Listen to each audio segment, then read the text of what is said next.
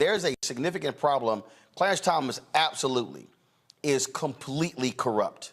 When you see that ProPublica story where now attending Koch network fundraisers, his wife getting money essentially under the table, you can't tell me she's not having conversations with him about Supreme Court cases, flying on private jets, yacht rides, things along those lines. How in the hell can anybody trust the Supreme Court that literally is being purchased by billionaire conservatives? Trust them. And not only can you not trust them, the problem with this is we're talking about the branch of government that has to most be above any appearance of impropriety, right? These are the people who are calling the balls and the strikes, so to speak. So if they're slanted, that puts everything into the context that you can't trust anything. And here's the reality of it. I like Senator Warnock a great deal, but I feel like a lot of the conversation was the same rhetoric we hear. And the reality is a lot of people don't want to be involved in government for two reasons, or rather vote for two reasons. One, we say the United States is a democracy. It's not. It's an oligarchy, right? There's a small number of people who really run things, and the rest of us are left out. And with Congress, they're not passing bills that stop school shootings. It's hard to pay for your bills at the grocery store. The gas pump is expensive. It's hard to get health care and to pay for it. So on the ground, I feel like your average American feels like their concerns are not really being met because all we see is political pageantry. And I say all of that to say the same is the truth with the Supreme Court. Now, if you look at the way our government was founded, the Supreme Court was never intended to be the strongest branch. In fact, one of its first major decisions gave it the power to do what it does now, which is review the constitutionality of the laws. So for them to be very clearly slanted, we obviously need to change something, and we need to do something differently, particularly where that branch has developed the outsized power to decide on the ground what happens to our lives, right? The healthcare decisions we can make, who we can marry, where we can live, all these kinds of things are in their hands. So when you have somebody who is very clearly slanted one way, then you cannot expect that there's ever going to be a fair shot when you come up to argue. And you're not wrong. There's no way that Ginny Thomas is not talking to him about the cases coming before him, as are the people who are sending Alito on these private jets and to these private events into Italy. So, the reality is there's corruption afoot, but it's particularly insidious because that's the branch that is supposed to be most above the fray, and the branch who seems to be most resistant now to putting in ethics to hold itself accountable. Michael, this is a ProPublica story. Go to my iPad. You see right here, Clarence Thomas secretly participated in Koch network donor events. And you go into the story, you'll see here, it says on January 25th, 2018, dozens of private jets descended on Palm Springs International Airport. Some of the richest people in the country were arriving for the annual Winter Donor Summit of the Koch Network, the political organization founded by libertarian billionaires Charles and David Koch. A long weekend of strategizing, relaxation in the California sun, and high-dollar fundraising lay ahead. Just after 6 p.m., a Gulfstream G200 jet touched down on the tarmac. One of the Koch Network's most powerful allies was on board, Supreme Court Justice Clarence Thomas. During the summit, the justice went to a private dinner for the network's donors. Thomas has attended Koch donor events at least twice over the years, according to interviews with 3 former network employees and 1 major donor. The justice was brought in to speak, staffers said, in the hopes that such access would encourage donors to continue giving. Michael, there's without a doubt Clarence Thomas should be resigning from the Supreme Court. He is completely compromised. Absolutely. Yes, he should resign. But also, we have to really connect the dots with this and understand the role that Leonard Leo plays, understand the role that not just the Koch brothers, but when you look at somebody like Mitch McConnell, who blocked 103 federal judge nominations from President Barack Obama after Republicans took back control of the Senate in 2014. And then Mitch McConnell blocked Merrick Garland, who was Obama's Supreme Court nominee in 2016. And, there's talk back and forth about expanding the courts, things like this. But what was really, really important for people to understand is that Donald Trump got 3 Supreme Court justice nominations confirmed, okay? These are conservatives, and this is one of the reasons why you have so many people sticking with Trump, because he said he would only nominate Supreme Court justices who would overturn Roe versus Wade. He basically got that done. And we have to understand what happens, why voting for president is so important, but also the Senate, because the president nominates federal judges and Supreme Court justices, which right now are lifetime appointments, but the Senate confirms them. Okay, so a lot of people don't understand how all these dots are connected, and they keep seeing these negative things taking place. This is not as difficult to remedy as many people think. We got to vote better people in the office and vote more competent people in the office, and vote criminals out of office, regardless of whether they're Democrat or Republican. Fanbase is pioneering a new era of social media for the creator economy. This next generation social media app with over 600,000 users is raising $17 million, and now is your chance to invest. For details on how to invest, visit startengine.com/fanbase or scan the QR code. Another way we're giving you the freedom to be you without limits. Folks, Justice Clarence Thomas's financial life has become a topic of interest since his relationships with billionaires were discovered. The folks at ProPublica have been doing a fantastic job with their reporting. They have a new article out. It's called A Delicate Matter. Clarence Thomas's private complaints about money sparked fears he would resign. It is a deep dive into Thomas's financial history, from asking for a salary increase for Supreme Court justices to personal loans. Joshua Kaplan wrote the piece, along with several others with ProPublica. He joins us now from New York City. Joshua, glad to have you here. I mean, all of these stories have been fascinating.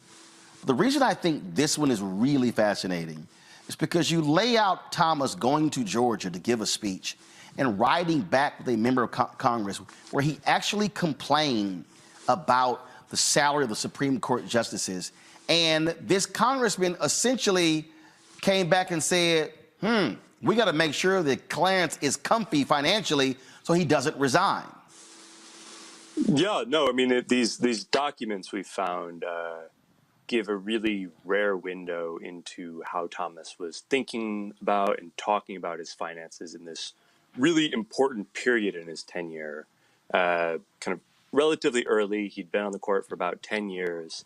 And this was when his relationships with these wealthy benefactors were really starting to blossom. And yeah, I mean, that conversation with the congressman you mentioned, so he was flying back on the plane back from a conference. He happened to be sitting next to the congressman, and he told him Congress should give the Supreme Court justices a raise, or else one or more will resign soon, maybe even within a year.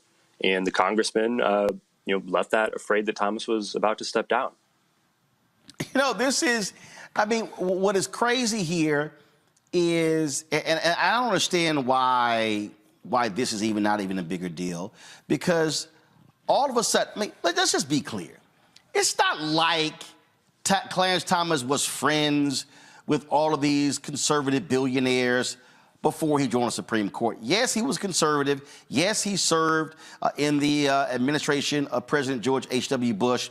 But all of a sudden, now we're buddies. Now we're going to conferences. And now they're picking up travel. And then it becomes, he gets this RV and he's complaining about money. Dude, why didn't you buy a $267,000 RV? I mean, it's called living within your means.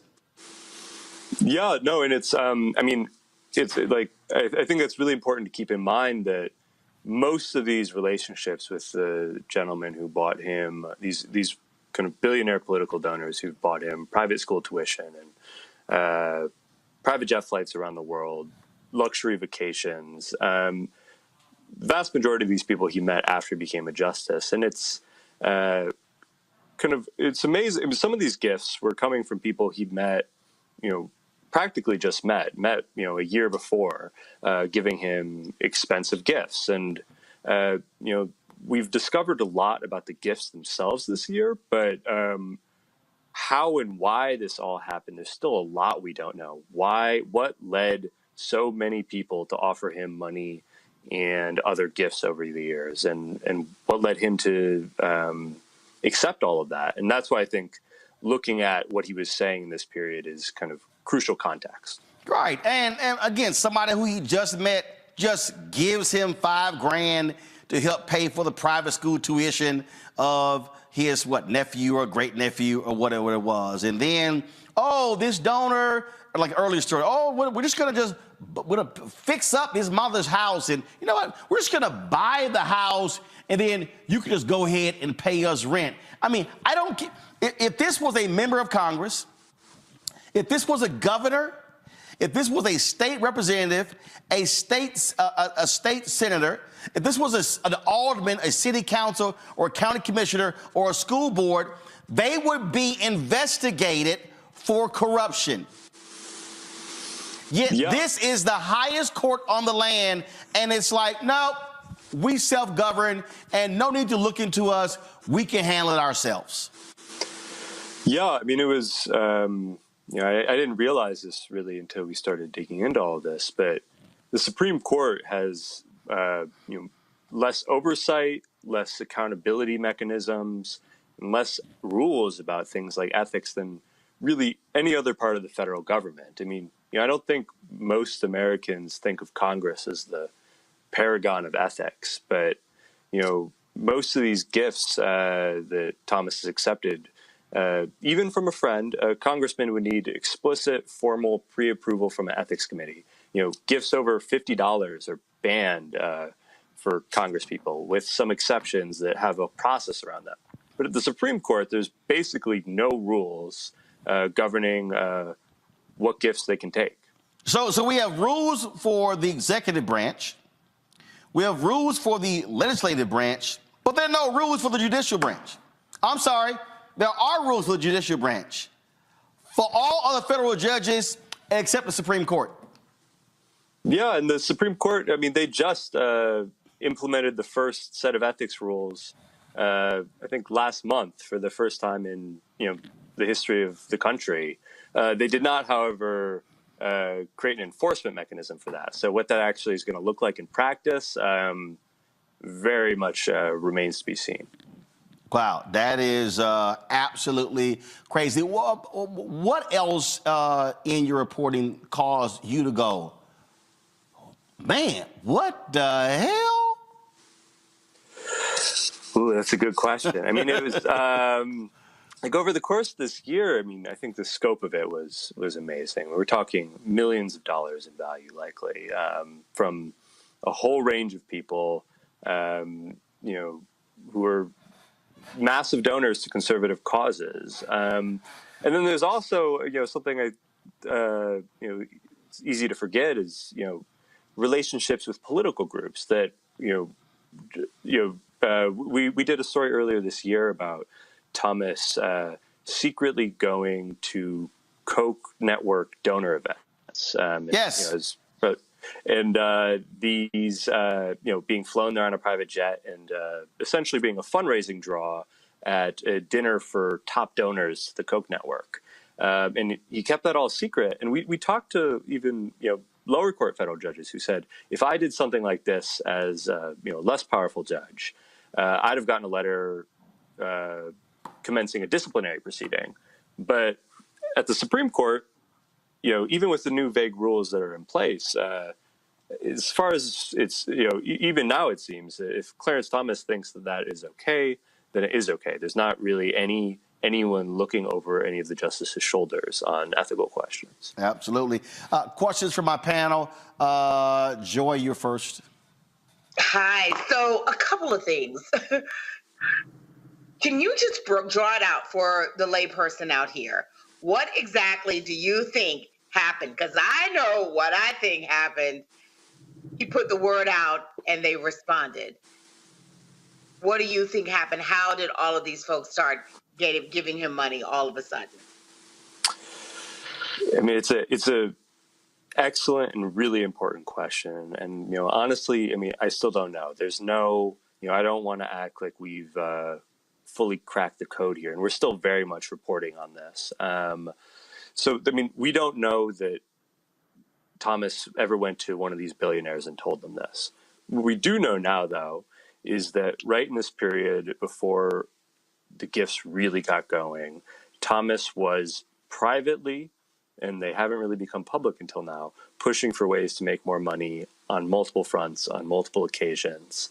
And he was, and whether that's pushing for a higher salary, trying to get a ban lifted that prevented judges from giving paid speeches on the side. And in some of these conversations, he was raising the specter of possibly leaving the court. And there were worries, the chatter about this was circulating in Congress and in conservative legal circles, that Thomas was dissatisfied with his financial situation. And there was a worry among, we talked to the former Senate Majority Leader, the Republican, top Republican in the Senate at the time. He told us there was a real fear right then about that Thomas or other justices would step down.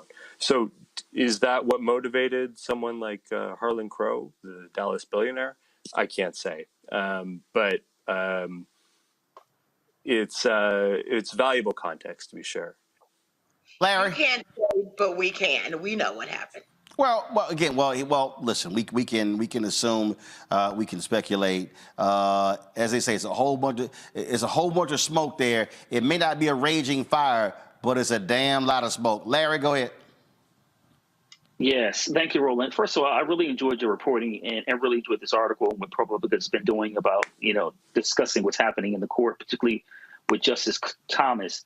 Can you talk a little bit about, obviously you guys have been writing these pieces for the last several months, highlighting this kind of essentially kind of a money grab that I would describe.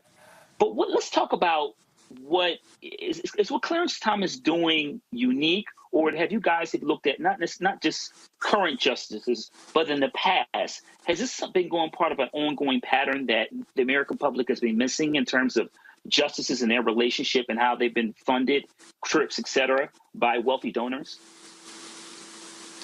Yeah, I mean, there's two answers to that question. So first, to just start with what's known, there's no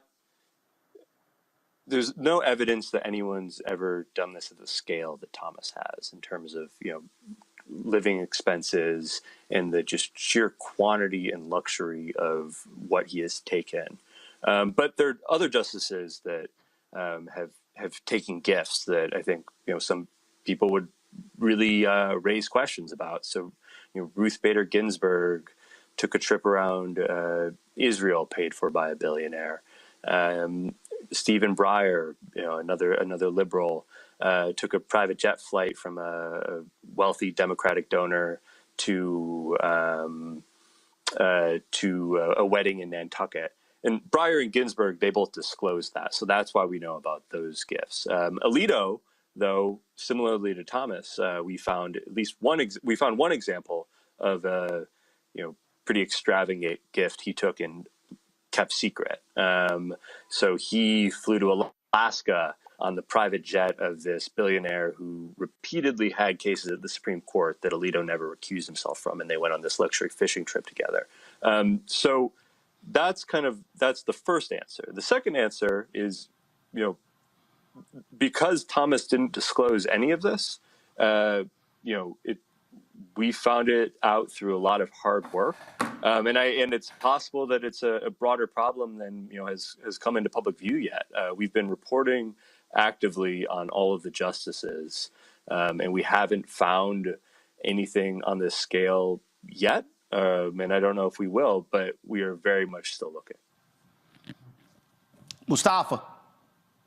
Well, congratulations to you and the ProPublica family for this excellent reporting and bringing this to light. We should also be equally focused on how do we mitigate these types of things from happening in the future based upon the conversations that you've had with probably numbers of people. What are the suggestions that need to be implemented to make sure that this type of behavior does not continue, for whether it is for Clarence Thomas or current Supreme Court justices or future Supreme Court justices? Yeah, I mean, I think, There's a lot of ideas happening, floating around right now. I mean, one that I think has a lot of experts in this, a lot of judges think is would be really valuable is having some sort of oversight mechanism, because that's something we have for really the rest of the government. Inspectors general who can look into allegations of wrongdoing or potential systemic problems, or some sort of enforcement body that can actually, make sure that these principles are not just norms, but actually something that people have to abide by. And then there's also stricter rules is something that gets talked about a lot. And again, this is something where not just the Supreme Court, but I mean the judiciary as a whole is pretty unique in how vague its ethics rules are. So it's the rules for judges are really lofty. It's you have to kind of at all times conduct yourself in a way that will encourage impartiality. Oh, Jesus Christ! Sorry about that. Just keep talking. Don't worry about it. So you have to at all times conduct yourself in a way that will encourage the public's faith in the integrity of the Supreme Court, and you can't have even the appearance of impropriety. And with the lower courts, there's an enforcement mechanism. So if you go afoul of that, you can be disciplined. But most other parts of government have actual rules, like you can't take a gift from someone you just met that's extremely expensive. And so things like gift bans, or at least heavy gift regulations, are something that could be implemented. Oh, absolutely. All right, Joshua, we certainly appreciate it. Thanks a lot. Keep up the reporting. We'll be looking forward to more of it. Somebody's killing poor people, and it's going on. When COVID happened, poor people were dying at a rate already of 800 people a day. Before COVID, if you went to a funeral every single day, it would take you 600 years to attend all the funerals of the people who will die from the ravages of policy violence, poverty, and low wages in America in just 1 year. It would take you 2 years and 19 days to go to all of the funerals of the people that will die today, and oftentimes silence. Nobody talks about this political genocide, but we are determined today to remember their death and be a resurrection of voting power and voice power like never before. Economic justice and saving this democracy are deeply connected. We, as a nation, must listen to the demands of the poor, who are pushing and will continue to push political candidates and elected leaders to lift from the bottom so that everybody can rise. We are the poor, the marginalized, and the underpaid. And we are taking one step forward to say that everybody has a right to live. Poverty is not the fault of those who are impoverished. It is caused by those who make the policy. There are over 135 million poor and low-wage, low-income people in this nation. The biggest block of potential voters by far is low-income, low-wage voters. I can't afford medicine. Sometimes I have to skip because of the cost. The farm worker community is tired of the violence imposed upon us by greed, exclusion, and denial of basic human rights. Those folk that represented by that casket, poor and low-wage workers who are the most moral people in this country because they go to work every day believing, even though going to work is hazardous to their health.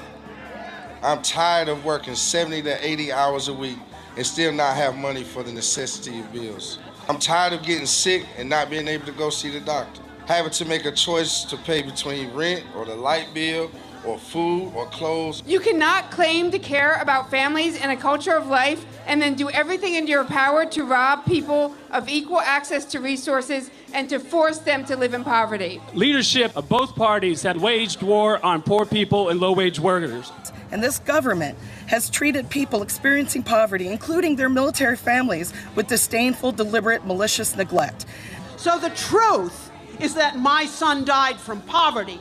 We refuse to accept poverty as the fourth leading cause of death. The fourth leading cause of death in this, the richest country in the world. We march today for our children and the generations to come. And we need to do it with the loudest voices possible, the biggest actions possible. We will voice our demands and register our vote. When we stand up and when we stand together, things change. There is the electorate that is, and then there is the electorate that should be. 34 million eligible poor and low-income voters did not vote in 2016. If just 20% of those voters in swing states were mobilized around an agenda, they could change the political outcome of every election. So we're launching the most massive voter mobilization and turnout campaign in history of poor and low-wage voters, allies, and religious leaders. People are dying, but we know it doesn't have to be this way. And so we are calling on everyone to join us in this Poor People's Campaign, a national call for more revival. We are here, we will be seen, we will be heard, and our power will be felt. We don't need to be an insurrection. We are a resurrection that will be felt across this country. Are you ready? Ready? Ready? Ready? We are a resurrection, and we are ready. And we won't be silent anymore.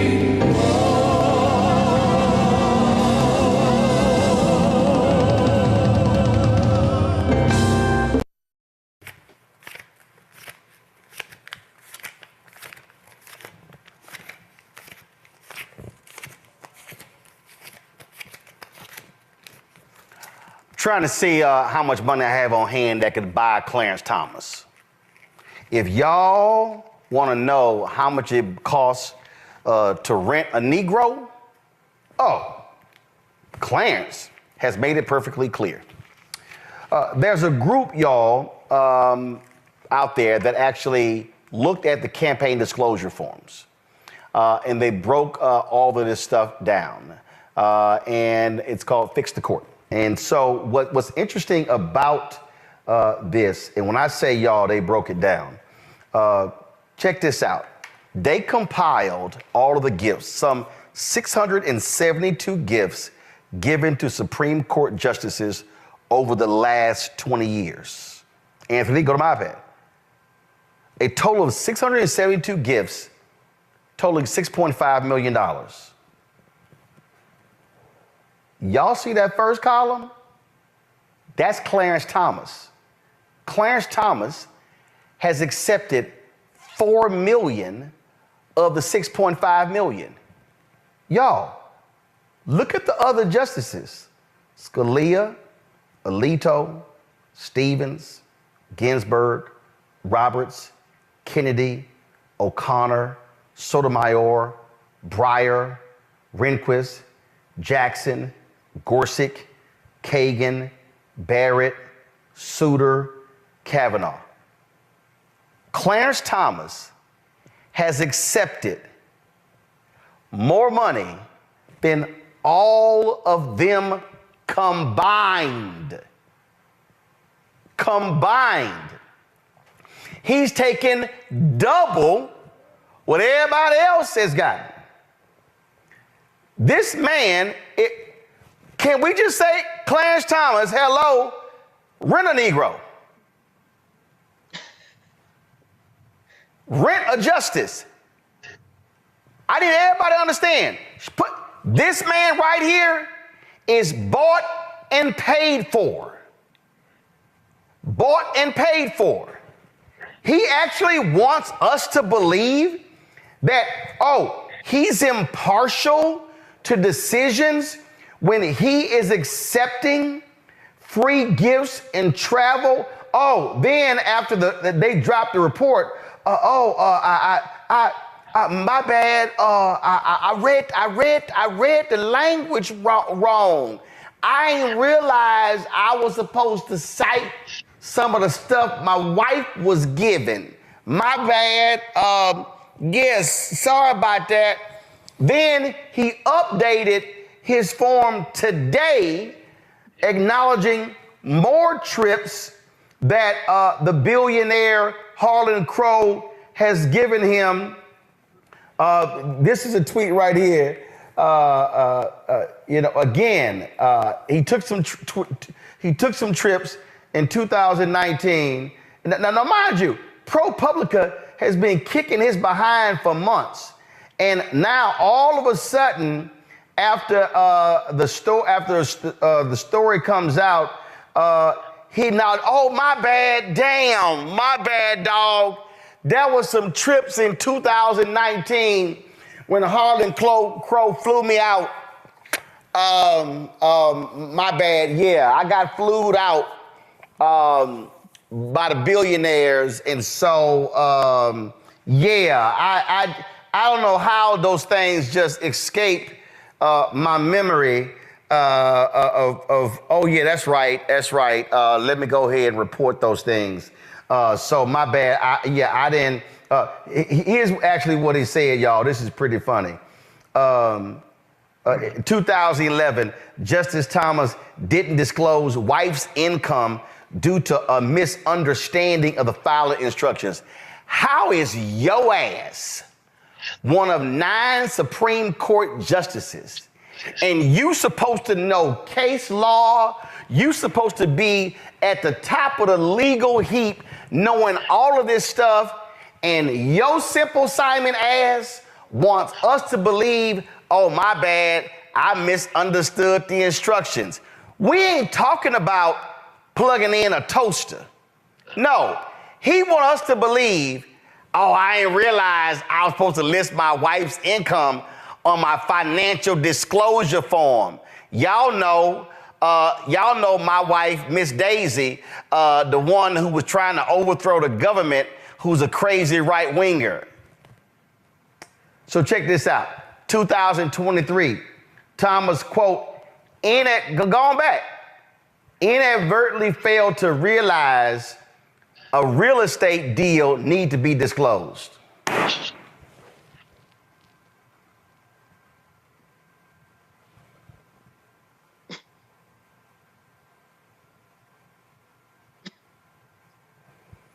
It's called a financial disclosure form.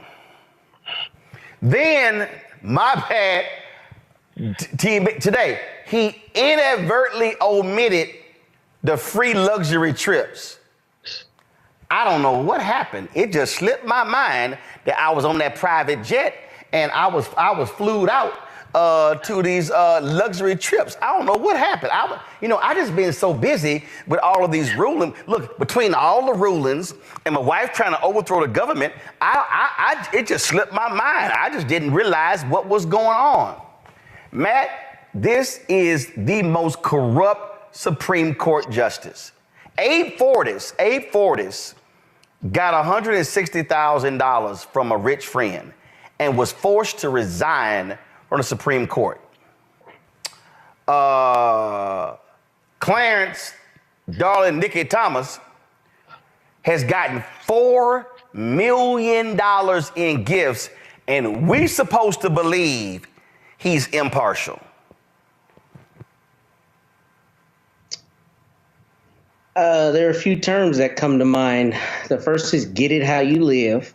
The second term is who gonna check me, boo? Because that's really the question here. The Supreme Court does what it wants, right? I mean, we've heard about the recent fights to even implement any kind of ethics. I'll give you an example. When I was an assistant DA, I would never let anybody pay for my lunch. Because under the Texas rules, even though I could accept that, I never wanted there to ever be a question about impartiality, and I never wanted to be accused of accepting a gift. It is crazy. It is downright corrupt. It is Tammany Hall tactics, frankly, that a Supreme Court justice would continue to take all of these gifts and then lie about it. Oh, I didn't realize I couldn't do that.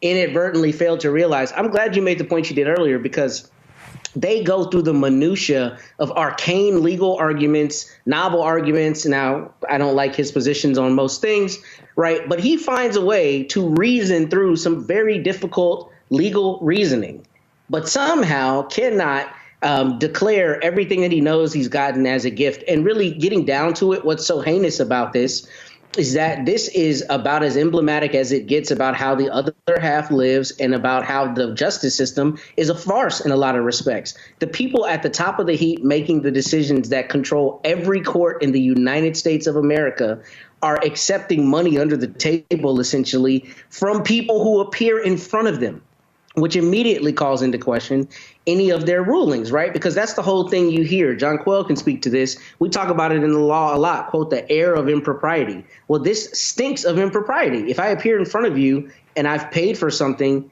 that you have not declared, and ultimately I've given you that gift and you rule in my favor, then the question is, did you really reason in the way you thought was appropriate, or did you reason to hook the homies up? This is really telling of a huge institutional issue.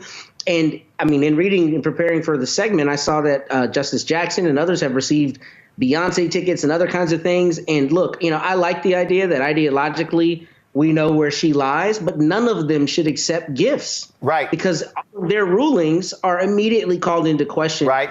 And those rulings have an immediate effect on our lives. Like when I walk out here today out of my office and I get pulled over by an officer, he or she is going to be bound by Supreme Court precedent. The idea that that precedent can be bought or sold by the highest bidder calls everything into question. And it's just heinous that it's continuing to happen and that he's continuing to be dishonest about it with the I didn't know I needed to disclose that. Usually judges do the opposite, and they go very hard in trying to be transparent about things because they don't want to be called to the carpet on this. But with the Supreme Court, since there's nobody above them, they've had no onus to do that. There is no way in hell, John Quayle, that the Supreme Court can govern themselves. No, that's gone. That whole, well, you know what, over the years, this is how it's been done. No, you cannot be an equal branch of government with the judiciary and the executive and you self-govern. I'm sorry. You have standards in Congress. You've got standards in the executive branch. There's got to be standards here when it comes to the federal judiciary. And in fact, here's what's crazy. There are standards for other federal judges. But the Supreme Court is like, oh, yeah, nah, we above everybody else. No, this man is bought and paid for. Ain't no other reason Harlan Crow just giving money to Clarence Thomas. Let me go ahead. Can we just go ahead and just be as frank as possible? If a dude wrote to a woman and say, baby, listen up. I'm gonna fix your mama's house. I'm gonna go ahead and pay for all of the trimmings and the fixing of your mama's house. Matter of fact, I'm gonna go ahead and just buy your mama's house. And she ain't gotta send me no rent. Oh, baby, you want that RV? Oh, I'm just gonna go ahead and pay off that $270,000 loan on your RV. Oh, baby, I'm just gonna fly you out. I'm gonna put you on a private jet, and I'm gonna fly you here and here. I'm gonna fly you here and there, and we're gonna fly you all over. I'm gonna give you all kind of other gifts. I ain't doing all that out the goodness of my heart. There's an expectation that comes with me hooking your ass up. That's with most things in life, right? As they say, nothing is for free. Or I think that's an old saying, but I think that you're absolutely right. I think that I think that these disclosures now, after they have examined these over the years, there can be no more self-governance. I think part of the reasoning behind they can govern themselves is that the chance of people's cases coming into contact with them is rare. But at this juncture, when you've accepted that amount of gifts, there's no way that you don't have any conflicts with the cases that have come before the court. You know, in Georgia, a judge can't even receive a gift over $100, right?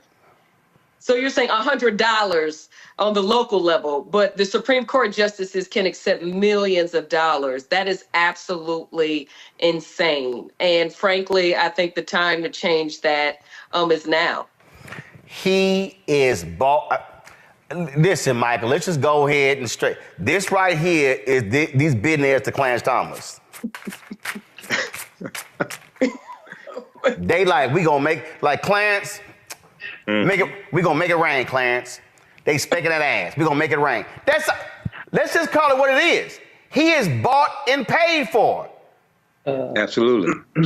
And he's doing the legal lap dance for Harlan Crow and these billionaires. Let's just call this thing what it is. Absolutely. And ruling in cases against African Americans as well.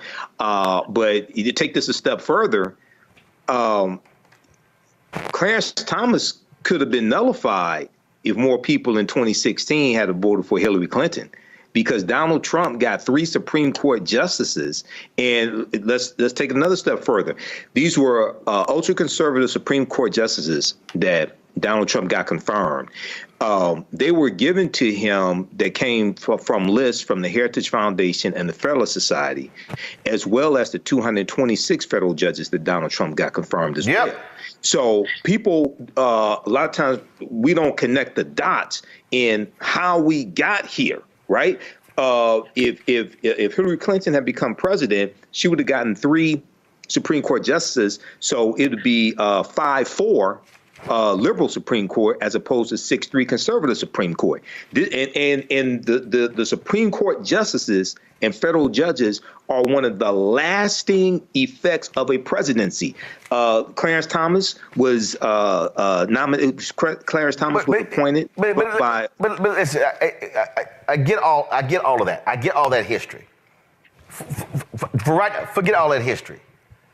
This man is making legal decisions that has a direct impact on the billionaires who's giving him free trips, period. Yeah. That's what's happening right now. Right now. Right. This man Chief Justice John Roberts should be far more aggressive in holding this man accountable. And frankly, Roberts has been silent. He is allowing his court to be corrupted. It's corrupted by Clarence Thomas. It's corrupted by Sam Alito, period. Well, Roberts and Alito, they served in the Reagan administration. They served in the... Yeah, but I'm talking about right now. Right now, they are making decisions today that's impacting it's impacting these billionaires. There's no way around it. And this whole, there's no direct case. No. We ain't buying that. We ain't buying it. It's corruption, but that's why they were put there in the first place. Yeah, but it's corrupt. But this is where Senator Dick Durbin of the Senate Judiciary Committee needs to be a lot more aggressive, and he's been far too passive allowing these things to happen. 20 seconds, I gotta go to break. That's what I was coming to. New York Times, there's an article from today, June 7th. Senate Democrats face escalating calls for broader investigation into High Court. Well, they need to hurry the hell up because they too damn slow and they too passive on this whole thing. Somebody's killing poor people, and it's going on. When COVID happened, poor people were dying at a rate already of 800 people a day. Before COVID, if you went to a funeral every single day, it would take you 600 years to attend all the funerals of the people who will die from the ravages of policy violence, poverty, and low wages in America in just 1 year. It would take you 2 years and 19 days to go to all of the funerals of the people that will die today, and oftentimes silence. Nobody talks about this political genocide, but we are determined today to remember their death and be a resurrection of voting power and voice power like never before. Economic justice and saving this democracy are deeply connected. We, as a nation, must listen to the demands of the poor, who are pushing and will continue to push political candidates and elected leaders to lift from the bottom so that everybody can rise. We are the poor, the marginalized, and the underpaid. And we are taking one step forward to say that everybody has a right to live. Poverty is not the fault of those who are impoverished. It is caused by those who make the policy. There are over 135 million poor and low-wage, low-income people in this nation.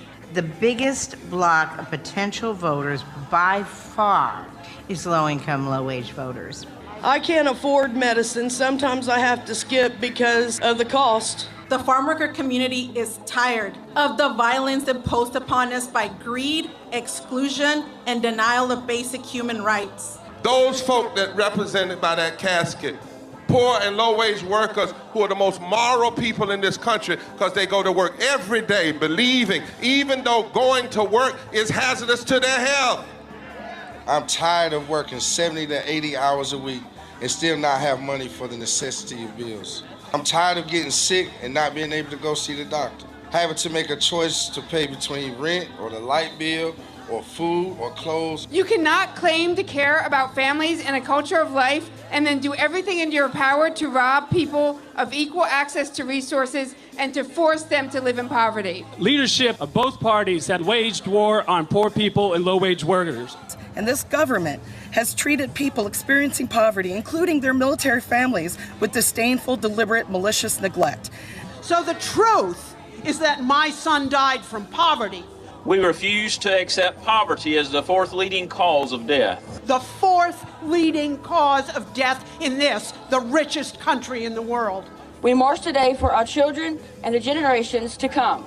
And we need to do it with the loudest voices possible, the biggest actions possible. We will voice our demands and register our vote.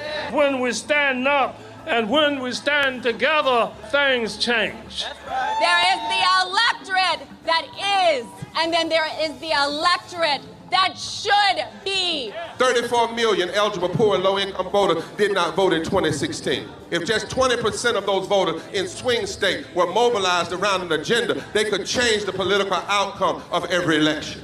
So we're launching the most massive voter mobilization and turnout campaign in history of poor and low-wage voters, allies, and religious leaders.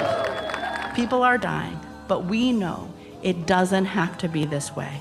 And so we are calling on everyone to join us in this Poor People's Campaign, a national call for more revival. We are here, we will be seen, we will be heard, and our power will be felt. We don't need to be an insurrection. We are a resurrection that will be felt across this country. Are you ready? Ready, ready, ready. We are a resurrection, and we are ready. And we won't be silent anymore.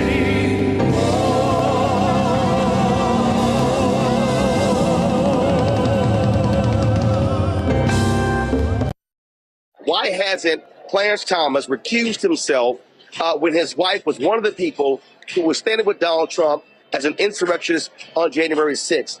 That issue right there, Reese, is a problem. And here's the deal. The way these rules are written, only the Supreme Court justice themselves can decide whether they should recuse themselves. This is a problem. The Supreme Court, unlike the executive branch, unlike the legislative branch, can do whatever the hell they want to. This is a fundamental problem, and what they have done is they have basically rewarded Donald Trump, because what we now know is you likely are not going to have that trial before the election, and that's a damn shame. Right. Let me start off by saying, fuck the illegitimate Supreme Court. Okay, let me start there. But I have to also acknowledge that Clarence Thomas and the Republican conservative right-wing stooges that Trump put on the Supreme Court when he stole two justices, basically one from the Obama administration and one and using the same rules that disgraceful Mitch McConnell, who's stepping aside now, should not have gotten Amy Coney Barrett on there. But they understand the assignment. They're not there for the good of the country. They're not there to be nonpartisan. They're there to enact a white nationalist agenda. The reality is, in this case, Trump can run, but he can't hide. This is one case where he can have immunity in, but the fact that he's racked up so many damn charges, like a degenerate criminal that he is, there's only so much that they can do. So maybe this is their way of kind of paying their penance and trying to sit up there and show some loyalty to the person who got them on the bench. Or maybe they'll kick him in the ass and now say, psych, you're not exempt from this, and try to deter him from even more extreme behavior should he win in 2024. I doubt that's the thought process behind it, but I think we have to come to a point now where we acknowledge that the Supreme Court is not a legitimate institution as long as we have those Republican justices who are able to basically upend our citizenship while protecting a degenerate criminal ex-president like Donald.